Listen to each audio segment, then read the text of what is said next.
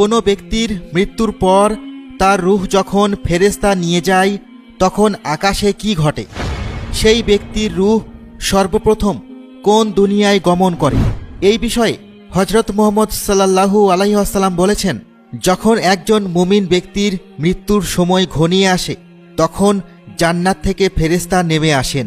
এরপর সামনে আসেন মালাকুল মত।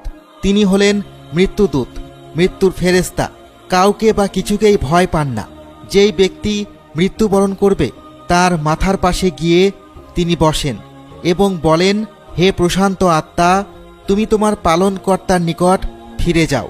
এবং এরপর রূহ তার শরীর ছেড়ে দিয়ে উপরে ভেসে ওঠে।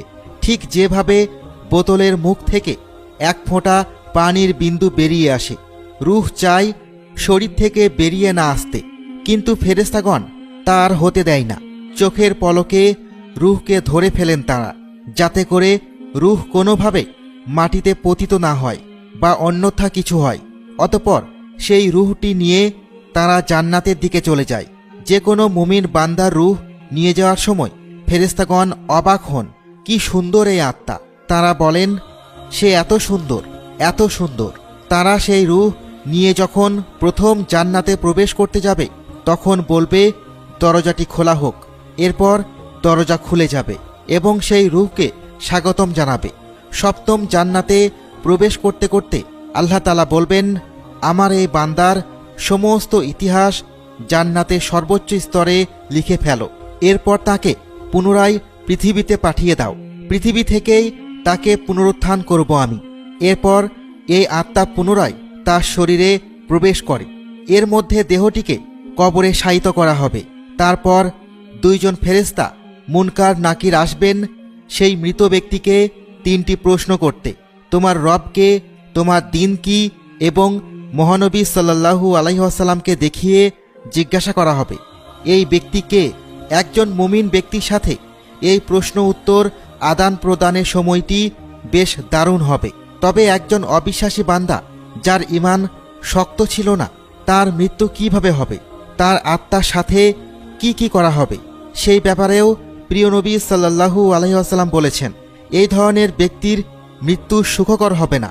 সবচেয়ে গুরুত্বপূর্ণ বিষয় হলো, তাদের রূহকে যখন মৃত্যুর পর বেহেশতে নিয়ে যাওয়া হবে তখন তাদেরকে চেনা যাবে সবচেয়ে ঘৃণিত আত্মা হিসেবে।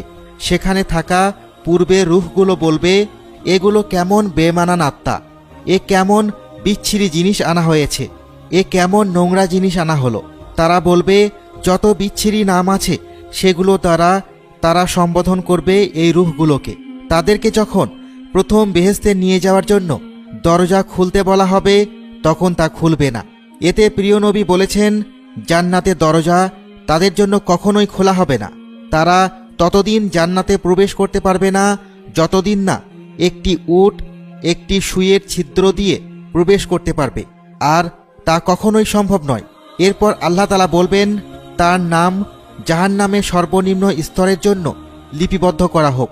সিজ্জিন তথা জাহান্নামের সর্বনিম্ন স্তরেই তাদের জায়গা। তাদেরকে সেখানেই নিক্ষিপ্ত করা হবে, তাদেরকে সেখানেই যেতে হবে। অবশেষে তাদের রূহকে পুনরায় পৃথিবীতে আনা হবে তাদের দেহে স্থানান্তর করার জন্য।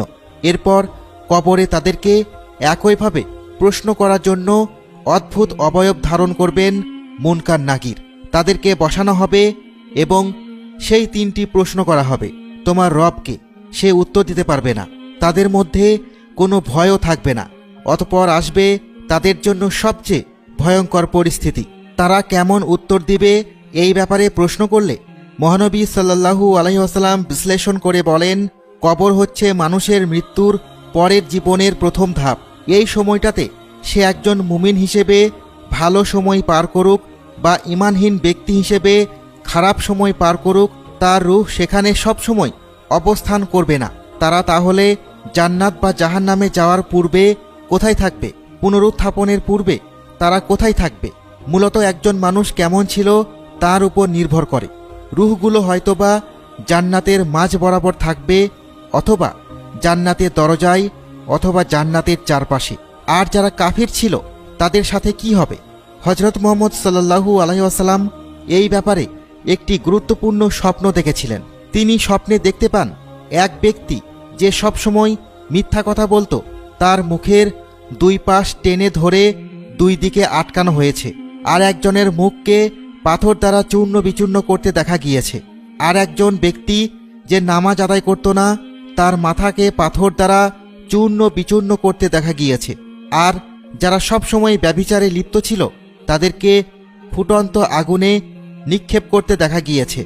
এরকম আরও অনেক রকমের শাস্তি দেয়া হবে এরকম কাফেরদের।